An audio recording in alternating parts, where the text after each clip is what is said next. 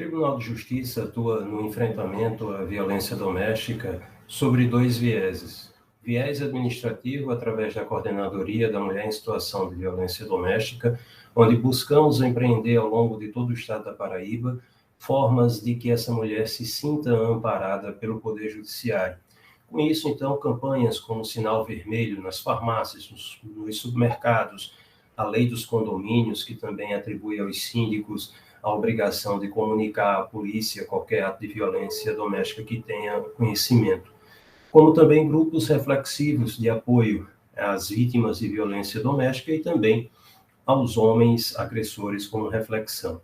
E também sobre o viés jurisdicional, onde em todas as comarcas da Paraíba haverá juízes vocacionados e prontos para analisar processos, como também aderir a campanhas e a mutirões em busca do enfrentamento da violência doméstica. Sob esse prisma, então, jurisdicional, os processos aqui na Paraíba são julgados a partir de medidas protetivas que nos chegam, representados por autoridades policiais, pelo Ministério Público ou pela própria vítima, onde busca o distanciamento do agressor, o afastamento dele do imóvel residencial e ainda mais a proibição para que esse agressor se comunique de qualquer forma com essa mulher. Paralelamente aos processos de medidas protetivas, nós temos as ações penais que são ajuizadas ou de forma privada, como os crimes contra a honra, calúnia, difamação, injúria, por exemplo, como também os processos de ação pública incondicionada, né, como são os processos de estupro, de agressões físicas, de stalking, perseguições, né, entre outros processos. Então, a partir do recebimento da denúncia pelo Ministério Público, esses processos são conclusos a atividade jurisdicional, o juiz recebe a denúncia, oportuniza ao réu, através da citação, a possibilidade dele apresentar a defesa preliminar, segue-se, então, a fase de instrução do processo, onde vítima, testemunhas e o réu são ouvidos, e encaminha-se o processo para a fase final, onde será prolatada a sentença. Essa sentença, via de regra, ela se dá, como eu falei, após a instrução do processo, né, onde o juiz pode, então, firmar a sua convicção no sentido de acolher ou rejeitar aquelas alegações iniciais postas pelo Ministério Público lá na denúncia, ou pela própria parte, pela própria vítima, lá na queixa-crime.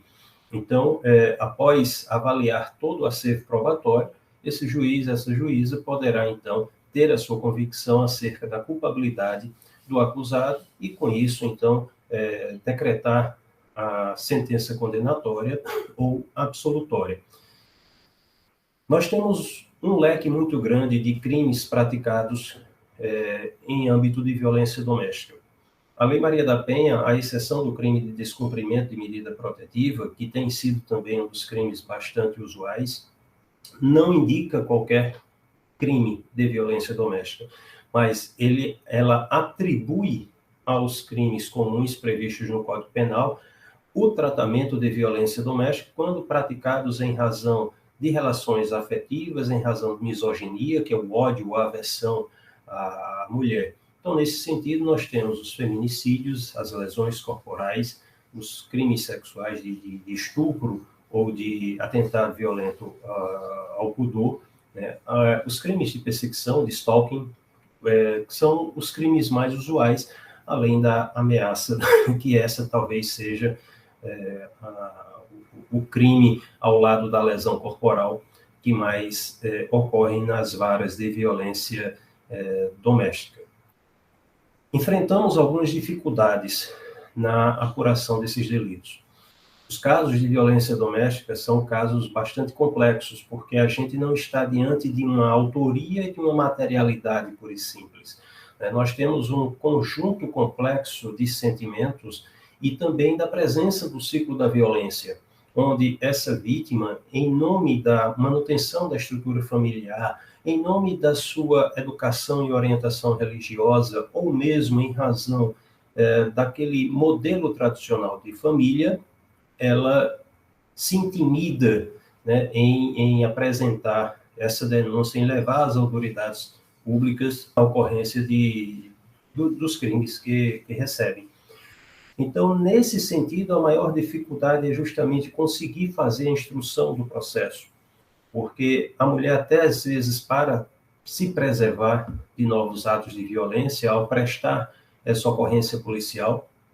ela se afasta, ela muda de endereço, ela muda de telefone, e aí a gente não tem como manter esse contato para prestar essa assistência, para ouvi-la, né, e poder, com isso, ampará-la à luz da Lei Maria da Penha. Por isso que, normalmente, nós costumamos dizer que qualquer pessoa, não precisa ser sua vítima, não precisa ser só o parente da vítima, qualquer pessoa que tenha conhecimento de que alguém esteja sendo vítima de violência doméstica, então deve, até por dever de consciência moral, procurar as autoridades policiais, procurar o Ministério Público, procurar o próprio Judiciário para denunciar esse agressor, né? Tenha a mais absoluta certeza que, em assim fazendo, estaremos tentando romper esse ciclo de violência, que começa desde o momento de tensão na discussão do casal, em que termina com a briga e depois o arrependimento desse agressor, e essa mulher, então, em nome de toda aquela estrutura da qual falei, né, da manutenção da estrutura familiar, por conta das suas orientações religiosas, acredita e dá mais uma chance a esse agressor. As estatísticas mostram que essa mulher, para poder sair desse círculo de violência, ela precisa denunciar, ela precisa contar com o apoio das estruturas públicas e políticas públicas. E nós temos várias, nós temos uma rede de enfrentamento à violência doméstica, temos centros de referências, temos os juizados de violência doméstica, temos o Ministério Público, temos as delegacias especializadas de assistência à mulher. Então, esse é o caminho, denuncie. Contará você, vítima de agressão doméstica, sempre com o apoio dessas autoridades públicas.